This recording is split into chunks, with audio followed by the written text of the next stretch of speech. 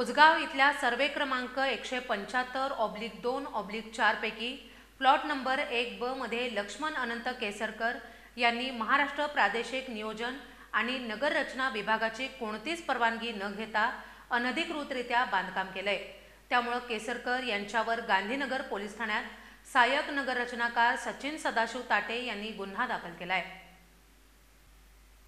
करवीर तालुक्यातील उसगाव इथल्या सर्वे क्रमांक 175/2/4 पैकी प्लॉट नंबर 1 ब मध्ये लक्ष्मण अनंत केसरकर यांनी बांधकाम सुरू केलं होतं।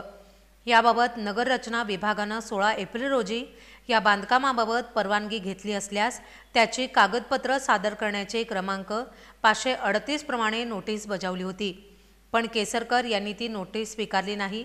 त्यानंतर 21 मे रोजी प्राधिकरणानं हे बांधकाम थांबवण्याबाबत महाराष्ट्र प्रादेशिक नियोजन आणि नगररचना अधिनियम 1966 चे कलम 54(1) नुसार रजिस्टर पोस्टानं नोटीस पाठवली होती, पण तीही नोटीस लक्ष्मण केसरकर यांनी स्वीकारली नाही। पण हे बांधकाम जोमानं सुरू राहिलं होतं। त्यानंतर या कार्यालयाच्या वतीनं या इमारतीच्या दर्शनी भागावर नोटीस चिकटवण्यात आली होती। रितसर नोटीस देऊनही बांधकाम पुढे चालू ठेवल्यानं महाराष्ट्र प्रादेशिक नियोजन आणि नगररचना अधिनियम 1966 तरतुदीचं उल्लंघन आणि त्यांनी या अधिनियमाच्या कलम 52-54(2) नुसार गुन्हा केलेला आहे। याबाबत सहाय्यक नगररचनाकार सचिन सदाशिव ताटे यांनी गांधीनगर पोलीस ठाण्यात गुन्हा दाखल केलाय।